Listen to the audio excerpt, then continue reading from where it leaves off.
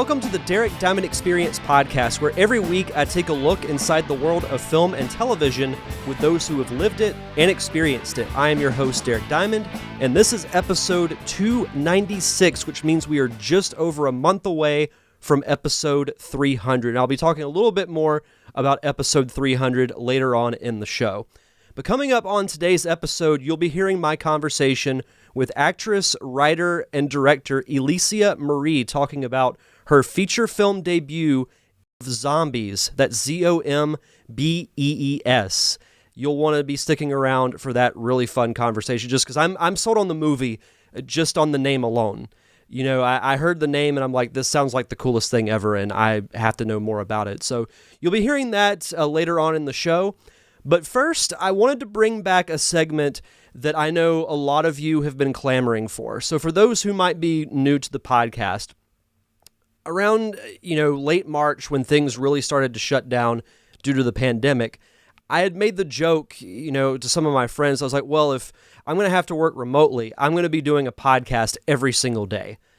And I was kind of half kidding, half not kidding, because I thought the concept of doing some type of a daily show would be a lot of fun, because I love doing this show.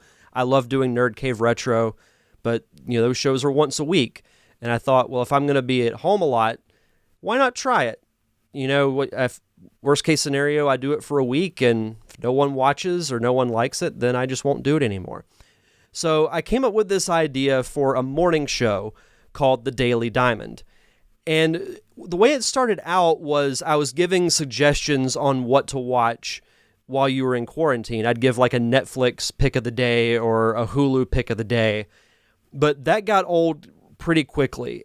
And after that first week, I was like, okay, well, if I'm going to keep doing this, I'm going to have to do something a little different.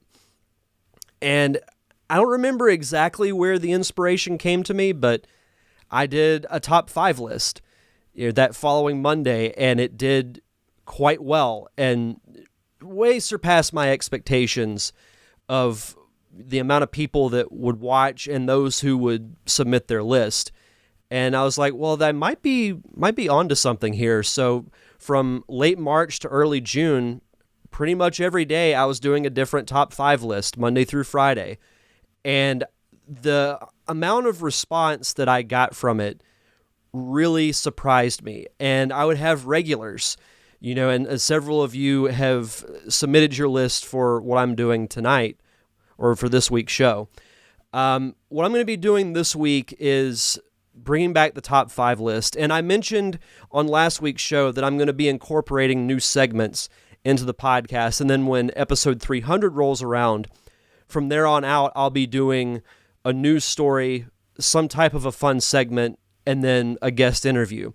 So for this week, we have Valentine's Day approaching. So my girlfriend Samantha actually had the idea to do something that was, romantically related. I don't know if romantically related is the right way to say it, but a romantic theme is, I guess, how I should say it. So what I'll be doing is top 5 film and TV couples.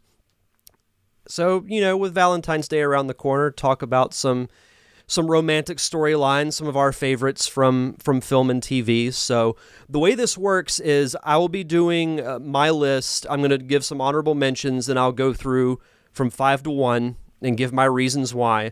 And then those who have submitted your list, and again, I'll be doing this monthly, so be on the lookout on Facebook. I'll be posting a thread that says this month I'll be doing top 5, whatever the case may be. You just leave your top 5 list there, and I will read it on the show. So we'll go through my honorable mentions first. We're going to start with Rocky and Adrian from the Rocky movies, and this is one that was right on the bubble for me because I was a big Rocky fan growing up. I remember watching specifically the first 3 movies on VHS at my grandparents' house when I was a kid. And eventually I did watch 4 and 5 and some of the newer ones that have come out. I thought Rocky Balboa was a pretty decent movie. I thought Creed 1 was very good.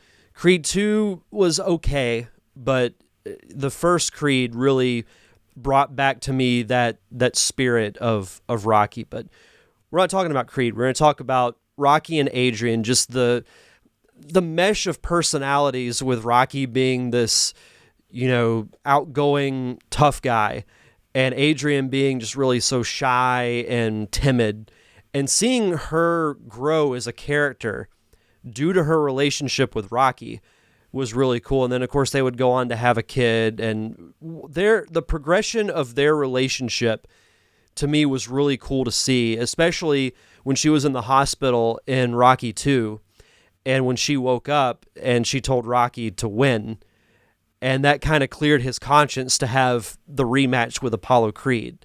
So their relationship was very integral to the Rocky franchise. And again, that they would have been my number 5, but we'll get to that in just a second. Another honorable mention for me is Danny and Sandy from Grease. I remember watching Grease as a kid, loved all the musical numbers, and kind of grew to appreciate their dynamic and their relationship as I got older. Again, it's that kind of opposite, maybe not so much personalities, but lifestyles. Danny's the greaser, bad boy, and Sandy's the prim and proper girl from Australia. Just their mesh of personalities, among others that I'll mention, was really cool to see.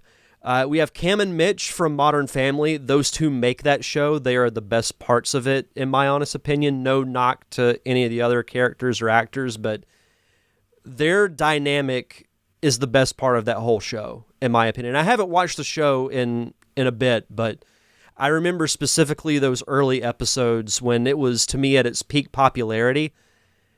I love those two. Those two were so funny. Then we have Sam and Diane from Cheers, and those who know me might be surprised to hear that they're not in the top 5, but there's another Cheers relationship that's quite high on my list that we'll get to. And then we have Tony Stark and Pepper Potts from the Marvel Cinematic Universe. It was one of those romances that when you saw their interaction together for the first time, you wanted those two to be together. So when they were, it was just a really cool moment. But transitioning into my number 5 is Felicity Smoke and Oliver Queen from Arrow. And I know a lot of people don't like their romance because they thought it killed the dynamic of the show. I personally don't think so.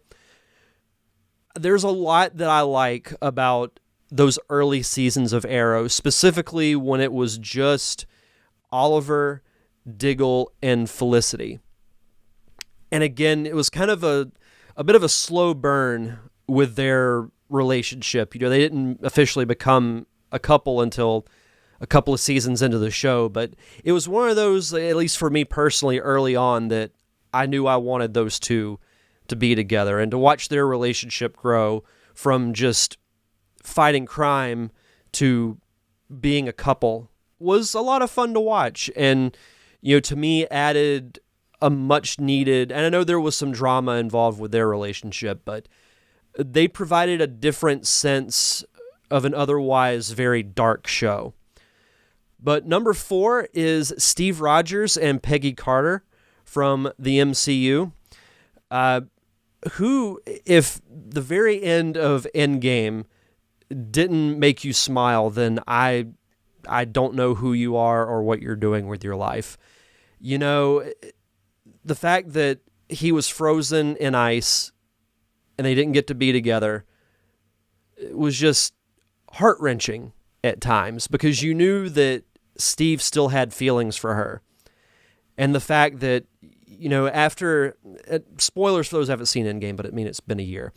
But when Steve takes the stones back in time and he doesn't come back, and then you see that he's sitting on the bench as an old man and you see the ring on his finger, how do you not smile at that? And to me, it was a really good ending to that era of the MCU. To see those two together was fantastic, and one of, to me, the coolest moments from the entire MCU history. Number 3 is Han Solo and Leia Organa from Star Wars. You knew I had to put a Star Wars couple on this list, and it had to be Han and Leia. You get to see their relationship really grow in The Empire Strikes Back when they're fleeing the Empire. And then it was sad to see where it ended up in the sequel trilogy, the fact that they weren't together and kind of the fall of their son to the dark side of the Force ultimately broke them apart. But their relationship in the original trilogy was funny, and it was really sweet in a way. Even though Han's a scoundrel, but that's part of his charm. My number 2 is Sam and Rebecca from Cheers. You might be thinking, why is it not Sam and Diane? And I know that their relationship is really iconic when it comes to television and sitcom romantic storylines, because people use the Sam and Diane theory or the Sam and Diane situation. And yeah, it's much more known, but I actually preferred Rebecca as a character over Diane, because whenever Sam would do something really stupid or really shady, Diane wouldn't really retaliate in the way that Rebecca would. Like, Rebecca wasn't afraid to go head to head with Sam and call him out on his wrongdoings. And Diane would do that to a point, but the chemistry to me with Sam and Rebecca was just so much better because they were more alike. You felt like you could see Rebecca being part of the gang, whereas Diane to me was always an outsider to a point. And my number 1, it had to be this, Jim and Pam from The Office. I started watching The Office, it was in its later seasons, but it was available on Netflix, so I started from the very beginning. And you could tell that there was something there between those two. Even though Pam was engaged to Roy, you just knew that eventually, because those two aren't going to work out. But Jim and Pam, they're going to work out. And The Office is known for being a comedy show, but a lot of Jim and Pam-centric moments, like the first time they kiss, when Jim proposes, when they find out that, Pam's pregnant with their first child, they're the reason for some of, dare I say, most of the show's heartwarming moments. And a lot of people, I think, just get lost in the fact that they think The Office is just a show about comedy.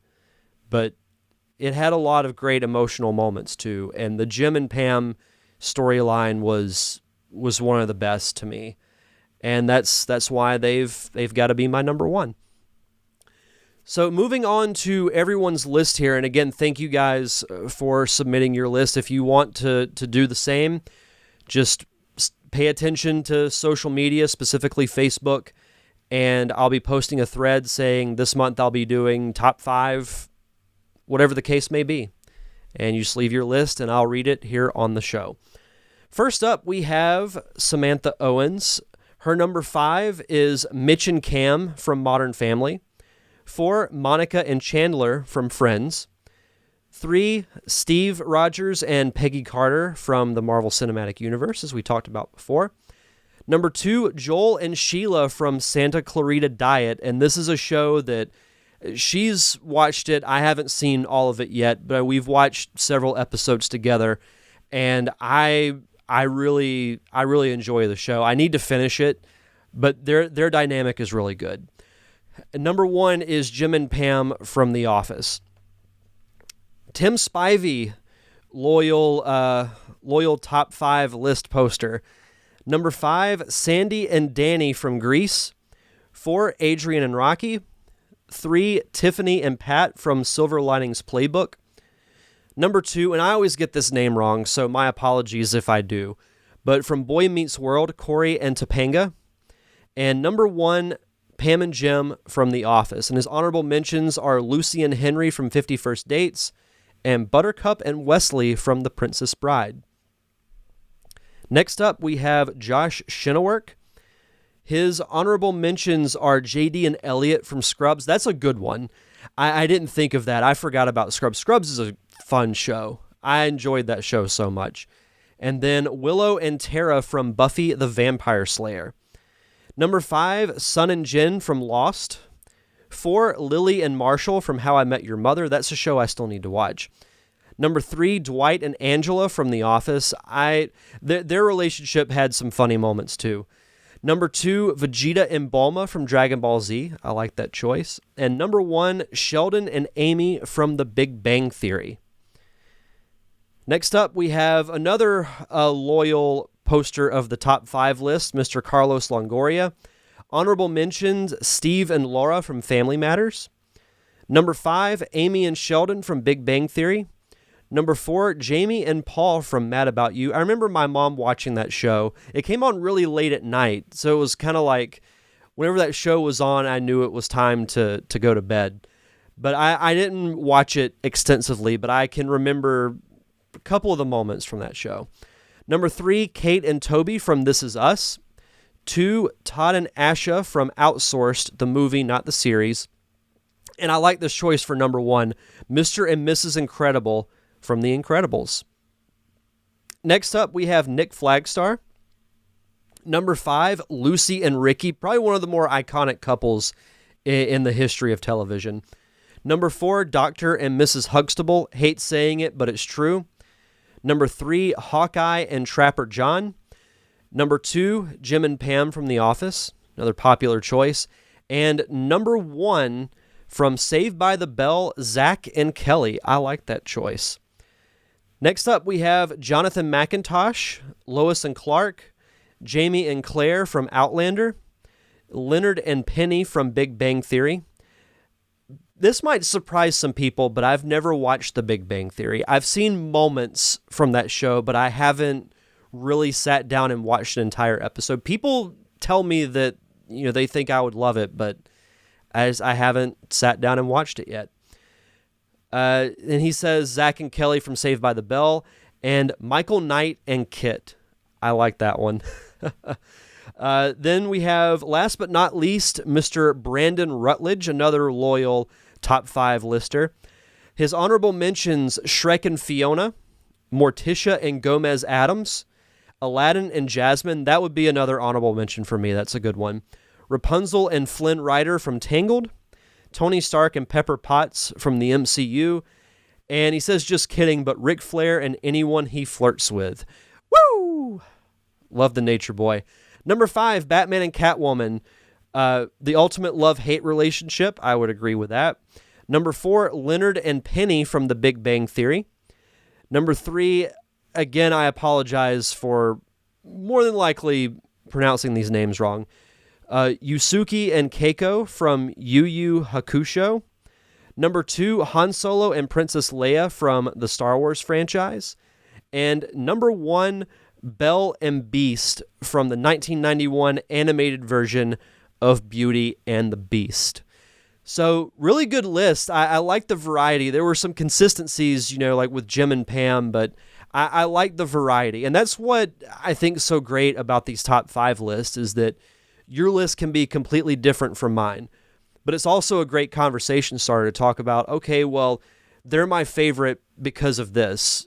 And it feels like the number 5 spot is always the hardest, because that's where it's kind of like the on the fence level of like, well, I really want to put, this person here or this thing here, but it just misses out.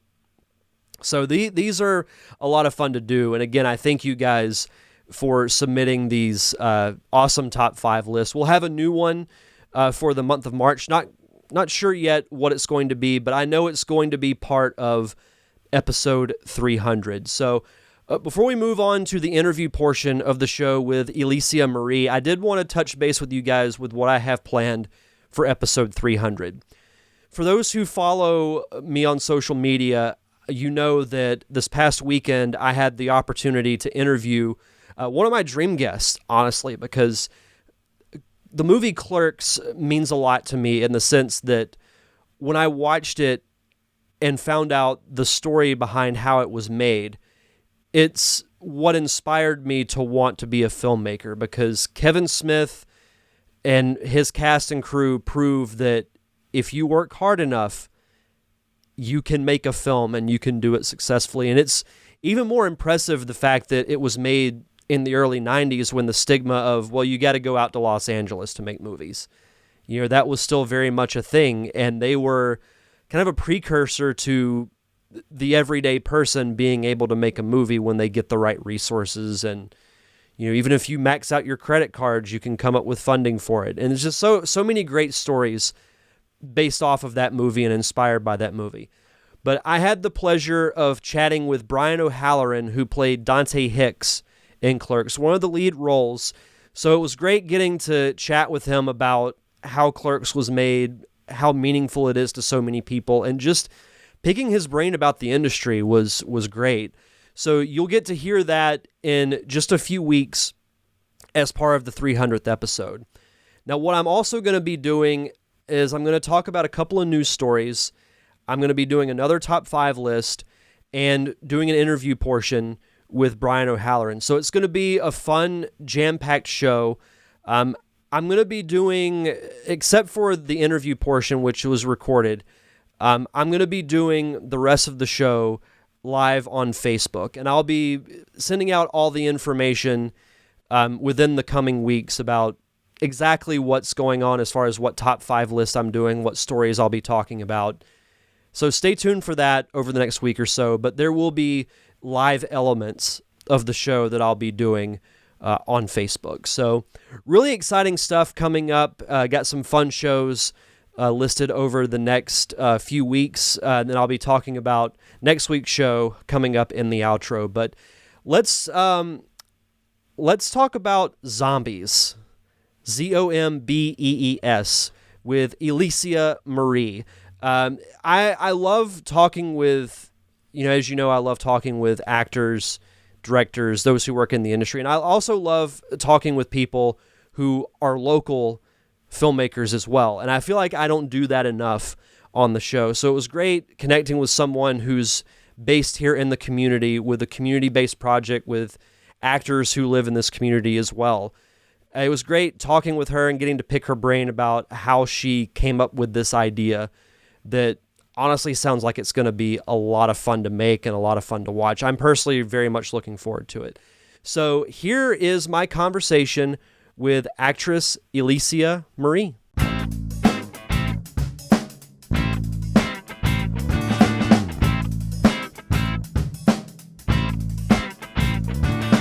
Welcome back to the Derek Diamond Experience podcast, and joining me this week is actress, writer, and director Elesia Marie. Elesia, how are you? I'm good. How are you? Doing good. I'm excited to talk about exciting new venture you have coming up with your feature film Zombeez, which I love the spelling of it. Zombees. So Zombeez. I mean, Zombeez, yes. Yeah. And I saw the title of it. I think I just saw it maybe on Facebook or Instagram, and I was like, wait a minute, this sounds like the coolest thing ever. And then started doing research on it, and some of the cast you have are people that I've either had on this show or I've interacted with, around the community. So right. Let's just dive right in. How did you come up with the idea for Zombeez? So my husband and I were having breakfast, and one of the guys that he works with is actually a beekeeper. And so he was like telling me all of this useful information about honey crystallizing. And then he was like, yeah, he almost lost his hive with this mite infestation. And, it makes the bees deformed and they act like zombies and they fly around as like zombies. I said, so they were like zombie bees. And I was like, zombie bees, zombies? Like, how is this not already like a thing, right? I felt like it just kind of writes itself, but it was like, I just heard it and it was like all these ideas just started rolling around in my brain. So yeah, it was just kind of like one of those, a bottle of honey. That's how I got the idea. Well, and when you think of the title, it makes me instantly think of something you'd see on sci-fi, like Sharknado or Three-Headed Shark Attack, like one of those crazy, monster type movies. So I love movies like that. A lot of people I know are, I want to say, sticklers when it comes to like their taste in movies, or they don't expand beyond it. But like not every movie has to be this deep, like dramatic story. You can have fun with it, like Sharknado, like Three-Headed Shark Attack. And what you're talking about sounds like it'd be a blast to do. That's actually like when I started writing, I was like, this would be perfect for the Sci-Fi Channel. I love Sci-Fi Channel cheese. Those are like some of my favorite films. They just kind of take your mind off of so I was like, I'm going to write this for the Sci-Fi Channel. I mean, that would be like the perfect goal for them to pick up the film.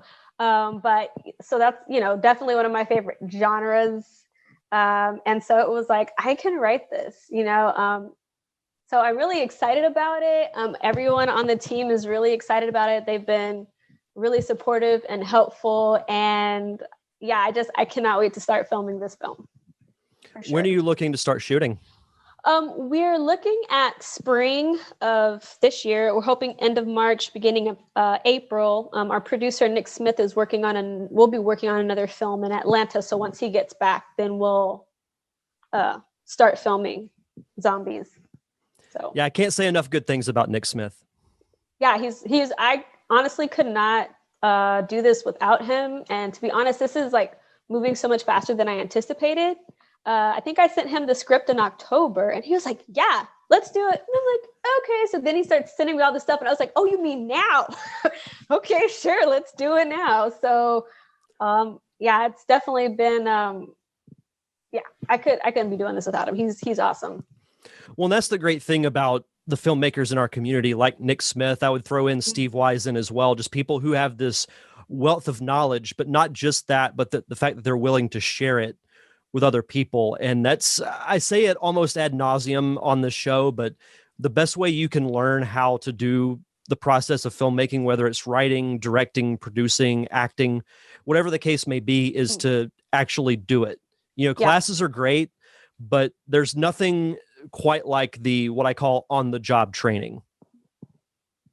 Yeah, I am definitely more of a learn as you go person. It's really hard for me to learn from books and things like that if I can't touch it and just kind of dive in. It's really hard for me. So I am definitely learning a lot. It's definitely out of my field of expertise. It's out of my comfort zone, but yeah, that's what life's about, right? So is this your first feature, right? Yes. Writing and directing for sure. As an actress, I've done, had some small parts in a few features, but this is the first feature I've ever written. So yeah. So when you were writing the script, did you have it in mind that you wanted to do a feature, or did it just kind of evolve that way? I think no, it was definitely going to be a feature because like I said, when I got the idea for Zombeez, I was like, this is perfect for Sci-Fi Channel. So I'm going to write it for the Sci-Fi Channel. So it was like, this is going to be a feature film for sure. Yeah. That's props to you for undertaking that huge project. Cause I've worked on a couple of sets for shorts. I've made a short, and even doing a short film is an undertaking all in itself, because especially with indie filmmaking, you do a lot of stuff yourself. In your case, you're acting in it, you wrote the script, and you're directing it. So how has the prep process been from a writer director standpoint? Because I know you've done some acting before, but how has the writing and directing aspect been? So like you said, doing a lot of things myself. What Nick isn't, the stuff that Nick doesn't do, because I have know nothing about crewing budgets, all that kind of stuff he's taking care of. But, it's like, cast list, prop list, wardrobe list, trying to find locations, trying to raise money, trying to make this visible on social media. So I'm doing a lot of like posting and making videos and all that kind of stuff, which it's a lot of work. Like, because, as an actor, actress, you're used to getting your script, showing up on set, doing your lines, leaving.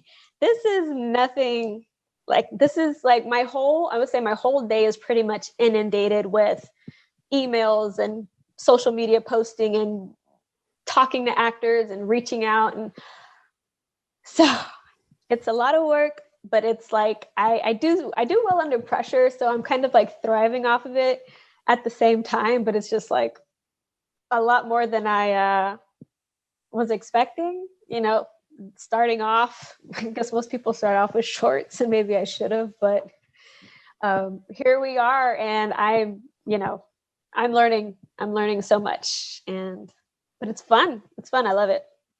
Well, you mentioning maybe you should have started off with some shorts, but I think everybody's got to go their own path Mm, as to what they want to do. Like, for filmmaking, for example, if you want to dive right in and do a feature and you feel like you can do it, then dive right in and do a feature. I mean, you can always do shorts, right. down the line, or another feature if you wanted to. Right. That's the beauty of filmmaking, is that it's so broad as to what you can do.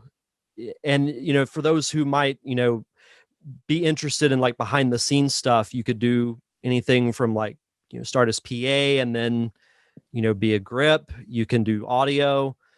For acting, Right. obviously there's acting, but there's also directing. There's so many things that you can do in a different way as far as like shorts and features. And I'm sure, they're both similar but different. I'm sure a feature's got to Yeah. be much more intense, but Yeah. there's a lot you can do. So that's great.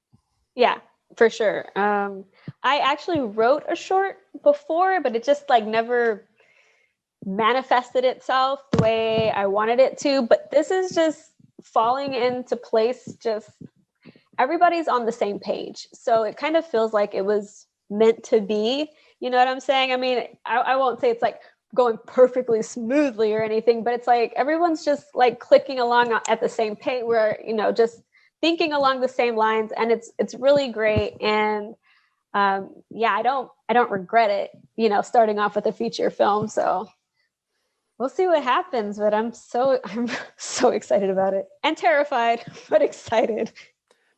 Yeah, I'm sure the nerves will kick in as the shooting date gets a bit closer, but as someone who's done it before, and I'm sure other people have told you, there's nothing quite like being on a film set. Right. It's one of those things that you love it or you don't, because to me there's no in between, because you Right. spend so many hours prepping the film and then actually shooting it. You're, say for example, like a short, it's usually a 2-day shoot where you're Mhm. shooting practically all day. So you put a lot of time into it, and if you don't love it, you're going to get burned out of it pretty quickly. So it's Yeah. good that it sounds like everybody is has the same mindset as you, is wanting this Yeah. to be as good as it can, and everybody's on the same Yep. page. Yes, they are. And like I said, the whole cast has been really great. Shannon Williams has literally just dived right in. He's just been connecting me with people left and right. And I told him, I said, I think you might be more excited about the project than I am, because he's just like doing so much. And he really gives me that boost of confidence that I need when I need it. But everybody's been really great, and posting and sharing and doing their part to, like, generate some buzz about the movie. So I'm just really excited to have such a supportive cast and crew, that the crew that we have so far. So it really means a lot to me. So Did you mean to say generate buzz by design? yes, I did. You got to love a good pun. Yes, and there are a ton of them in the film. So if you love B puns or just bad puns in general, I think you'll like the film. When I watch it, I'll have a little notepad with me, and I'll just count the number of puns. Yes. See how many we get to. Oh my gosh, there's so many. And also on the page too, we like to use it in the group, seeing how many times we can use the word bee or buzz or whatever. So it's a lot of fun. Yeah. No, and just to name off a few people that you have as far as your cast. I mean, you mentioned Shannon Williams, Go ahead. Yeah. Teens Blackburn, Mhm. Marianne Del Gallego, Thomas Carter Rochester, yourself, and several others. So you've got a really good crew. So I'm excited to see. Like, I enjoy seeing all of them on screen. So this won't be Yes. any exception. Yes. I kind of feel like we have like the all stars of the Emerald Coast, because I think, I'm not saying, nobody else isn't, but just they're usually the ones that you see in like the short, all the short films around here. They're pretty well known in the, the Emerald Coast film groups and things like that. And I've worked with a few of them. And I guess some of them are the guy we cast in the male lead role, just started acting last year. Oh, wow. So he's done a few short films, but this is like his first feature, and the lead role. So he was really excited about that. And it was just really great to be able to give him that opportunity because he was like so excited about it. And he's really good too. So I really can't wait to work with everybody on set. I think it's going to be really great. I know it is. You got to be confident. There's another one. It's funny because for the longest time, I was not a fan of puns, but over the last couple of years, I've looked at them in a new light. We'll say that. I can't think of a clever pun to talk about puns. So right. we'll just say my opinion on them has changed and I enjoy them. So. Well, I think mine just comes because my dad, dad jokes. My dad is like, so I think I kind of picked that up through osmosis from being around him so much. And I'm like, oh, thanks, Dad. Oh, thanks, Dad. So I feel like most people pick up puns from one of their parents, but I feel like it's usually the dad. It's a dad, right? That's the thing, like dad jokes. Those are bad jokes or bad puns. But dad. So kind of backtracking a little bit, I'm curious about your backstory. So what was it that made you initially want to become an actress? Was it something that you knew you wanted to do at an early age? Yes. If you ask my mom, I kind of came out like a drama queen. But I remember when I was probably like 4 or 5, my parents bought me this Hollywood starlet dress up kit for Christmas or my birthday, one of them. And I put it on and it was just like, oh my gosh, this right here. Like it had like this fur stole and these high heels and all this other kind of stuff. And it was just like, I want to do this right here. Whatever this person does, I want to do it. But as I got older, I started writing these little plays for my cousins and I would like force my cousins to put these plays on for my family because I was the oldest and I was in charge of daily activities for the cousins. So, and then for my church, I wrote a couple of plays and directed them. And it just kind of like was just something that I always loved to do. Like, but I didn't like writing. I hated writing. I thought, it's not in front of the camera. I hated it, even though I was like really good at it, for school. I could pull a writing assignment out of the air in like 5 minutes and get an A, but I hated it so much. And my mom was like, you're so great. And I'm like, no, I want to be an actress. Writing is not acting. It has nothing to do with it, and I didn't realize that I could do both of them. But as I got older and I started taking acting classes and I just realized that that's the only thing that I really wanted to do with my life was be a storyteller, I guess, but it wasn't really until the pandemic hit when everything shut down and there was like no acting or anything that it was like, and I got the idea and I was like, it's time to let the writer out of her box and see what happens. And here we are. Yes. But so it's just, go ahead. No, it's funny that you mentioned that because you look at a lot of actors that eventually find their way doing other things in the industry. Like I always use Ron Howard as an example. He started as an actor and now he's one of the best directors in Hollywood. So I feel like a lot of people who are in the entertainment industry, specifically in the filmmaking side, they eventually get curious and try out other aspects of it because with each different aspect, brings a different satisfaction out of it.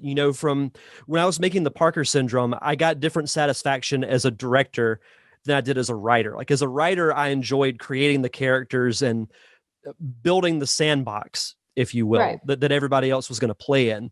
And then as a director, to kind of backtrack a little bit, one of the reasons why I started this podcast was to help with my social anxieties.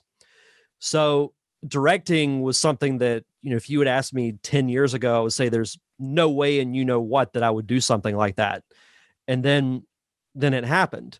So it doesn't surprise me that, hearing you say that, oh, I only want to do acting, but then you transitioned into it. Because I feel like a lot of people end up that way.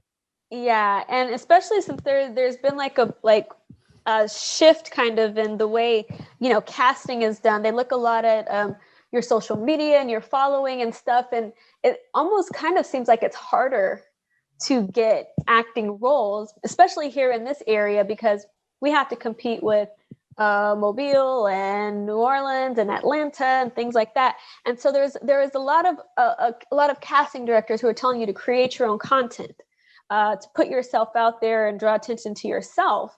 So a lot of actors are stepping more into that writing roles because they're writing more stuff for themselves to perform, so that they can get, booked by casting directors and things like that. I've now, with all the little, the film festivals, when they had the Quarantine Chronicles, and you saw a lot of actors, writing their own short films and that kind of thing. So I think you maybe see a lot more, writers turning to acting, just, to get themselves out there and kind of show everyone what they can do. Almost like a necessity. Yeah, exactly. Yeah. And that's been one of the results of COVID. It's with things being shut down, you have to try different things. And I've mentioned this on the podcast too, that I think now that the vaccine's out, and hopefully within the next several months, we start to resume some type of normalcy, I think we're going to see a huge surge of new projects, because writers have still been able to write at home. Actors have turned to writing in order to do something, to have that outlet, if you will. Right. So I think I'd say towards the end of the summer, we're going to see a huge surge in announcements of different, projects, especially indie projects. So that I'm really excited for. Yeah, I think so too. So hopefully be more stuff coming out of the Emerald Coast. That's what, I would love to see that, because we have so much talent here, not just actors, but behind the cameras as well. So hopefully it'll be us. Yeah. And I that's something else I tell people too, is that if you want to get involved with filmmaking, you got to network. Networking is the key to everything. I know it's a bit difficult now, because before COVID hit, we used to have monthly meet and greets here in Pensacola. And I know we've done some virtual ones since then, but still, networking. I mean, there's the Emerald Coast Film Group page on Facebook. There's, I think, a Pensacola actors page, a Pensacola screenwriters page. So, getting yourself out there is half the battle. And sometimes it can be nerve-wracking, because you essentially have to sell yourself. Right. But yeah, it's something that to me is vital. Yeah. Get yourself out there. For sure. I think that's kind of like, and the thing is I'm kind of like a shy person, and you go, you're an actress, how can you be shy? But I don't think they're, my being on screen is a little bit different than, it's like, I don't like going live, but I love being in front of the camera. But again, that's like with Zombeez and trying to promote it, it's a lot of social media networking, and or as much as I can network, but that's like a really big thing, because now, and I've been doing research on distribution, they look a lot, especially with indie films, at how big of a following does the film have? How followers do the individual cast members have? So now it's like this huge thing, like with social media and all that kind of stuff. So I almost kind of feel like it's harder to be an actor, filmmaker now than it was years ago. I don't know. It's definitely a lot more involved. It's like, oh my gosh, I have to sell myself every single day. So definitely a lot more work. It's funny you mentioned that you consider yourself to be a shy person, because I'm, outside of doing this show, I'm not a very talkative person. So when people find out that I do a podcast, they're like, wait a minute, you do a show where you have to talk? And I'm like, yeah, it's my outlet. I enjoy it. I think maybe I would describe myself as a extroverted introvert, maybe. Like around certain people, I'm very animated and outgoing, but if you're new to me, it'll take me a while to feel you out, unless we just like click instantly. But I'm not like the person who can just go into a room and make friends like that. It'll take me a minute to warm up and all that kind of stuff. So, but acting is where I I can understand that. And you mentioned it seems harder now than it was years ago. I think there are pros and cons to the way filmmaking is now. The pros are it's easier to do because of technology, Mhm. and you can get your content out there via social media, YouTube, Vimeo, wherever you want to post it. The downside to that is that everybody can do it. Right. So there's just so much that's out there. And I mean, even with the mainstream like streaming services like Netflix, Hulu, HBO Max, Amazon Prime, I feel like once a week I have a conversation with somebody and they're like, "Oh, did you see this show or this movie?" And I'm like, "No, I've heard of it, but I haven't gotten around to it yet. But have you watched this?" And they're like, "No, I haven't got around to it." There's just so much content Yeah. that's out there that sometimes it can be tough to shuffle through. So I understand the struggles with that. Yeah, there's definitely a lot more, um, as you say, content out there, especially like with like Tubi and Amazon Prime, where everyone can upload their film up there. So there is a lot. I'm not gonna lie, I've probably seen all of it during the quarantine. So I'm like scrolling through. I like seen it. Somebody make some more stuff, please, because I've seen all of these cheesy sci-fi films and all of these, everything that everyone's done during the quarantine. I've pretty much seen it already, but there's a lot of stuff out there, and it's kind of hard to divide your time between like what comes on television and the newest thing coming on Netflix and what is everyone talking about. And it's just like, what do I do? There's not enough hours in the day. Yeah. It's like you have to sacrifice all your time to watch this stuff, but then you can't because you have other things you have to do. So Right. Exactly. But no, I can understand the struggles with that, because I mean it's the same with podcasting. There's so many podcasts out there that it can be tough to get noticed sometimes. So Right. no, I totally get it. But as we start to wrap up here, is there anything you wanted to plug for Zombeez, like social media, website, anything that so the listeners can follow? Absolutely. Oh, you can find us on Instagram at Zombeez the Movie. You can find us on Facebook, Zombeez the Movie. We have a YouTube channel, Zombeez the Movie. And also we do have a GoFundMe campaign set up. Just, like I said, we're trying to get support from the community. And also I would love to pay my actors and the crew, because we all got bills to pay. And unfortunately, the bank doesn't take Passion or IMDb credits as payment. I wish they did.